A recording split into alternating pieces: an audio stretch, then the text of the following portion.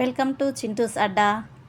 ఈరోజు మనమైతే చేప గుడ్డు ఫ్రై ఏ విధంగా చేయాలో తెలుసుకుందాం. ముందుగా శుభ్రంగా వాష్ చేసుకొని ఉప్పు పసుపు వేసుకొని ఇదిగో ఈ విధంగా బాయిల్ చేసుకొని వాటర్ అనేది లేకుండా చక్కగా బాయిల్ చేసుకొని ఈ విధంగా పెట్టుకోవాలన్నమాట. మరి ఇందులో కావాల్సిన పదార్థాలు అయితే 2 ఉల్లిగడ్డలు, కరివేపాకు, అల్లం వెల్లిపాయ పేస్ట్, ఉప్పు, కారం, పసుపు, ధనియాల పొడి. ఇందులోకి ఇంకా వేరే గరం మసాలా ఏమీ అవసరం లేదు మనకు, ఎందుకంటే ఇవి సరిపోతాయి. ఒకసారి ట్రై చేసి చూడండి. తర్వాత స్టవ్ మీద గిన్నె పెట్టుకొని 2 స్పూన్లు ఆయిల్ వేసేసుకొని, 2 స్పూన్ల ఆయిల్ మనకు సరిపోతుంది. ఇక్కడ ఆనియన్స్ వేసేసుకొని సన్నగా కట్ చేసుకోవాలి. ఆనియన్స్ వేసేసుకొని ఫ్రై చేయాలి. మంచిగా ఫ్రై అవ్వాలన్నమాట.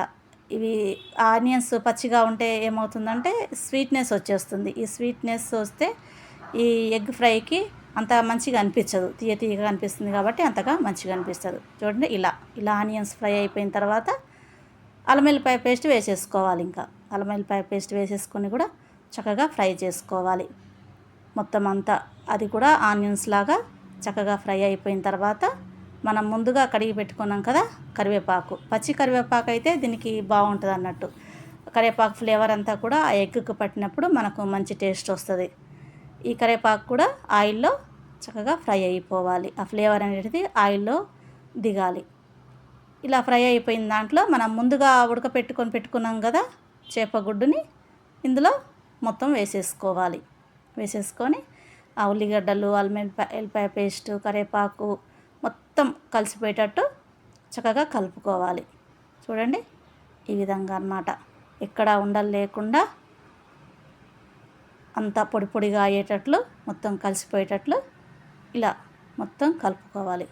కలుపుకొని దీన్ని అలా కాసేపు ఒక 10 నిమిషాలు సిమ్లో పెట్టేసి మూత పెట్టేసి సిమ్లో పెట్టేసి వదిలేయాలి. మధ్య మధ్యలో కలుపుకుంటూ ఉండాలి.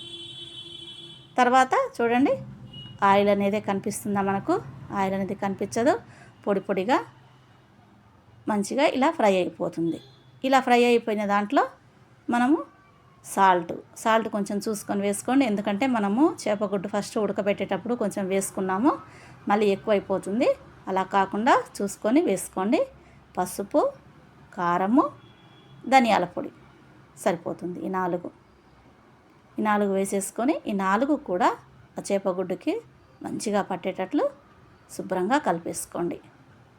చూడండి, మనకు ఆయిల్ లేకపోయినా కూడా మంచిగా కనిపిస్తుంది, టేస్టీగా కూడా ఉంటుందన్నమాట. వేరే మసాలాలు, గరం మసాలాలు ఇవన్నీ ఇంకా ఏమీ దీనికి అవసరం లేదు. ఇలా కలిపేసేసుకొని మూత పెట్టేసుకొని ఇంకొక 10 నిమిషాలు అలా వదిలేశారనుకోండి.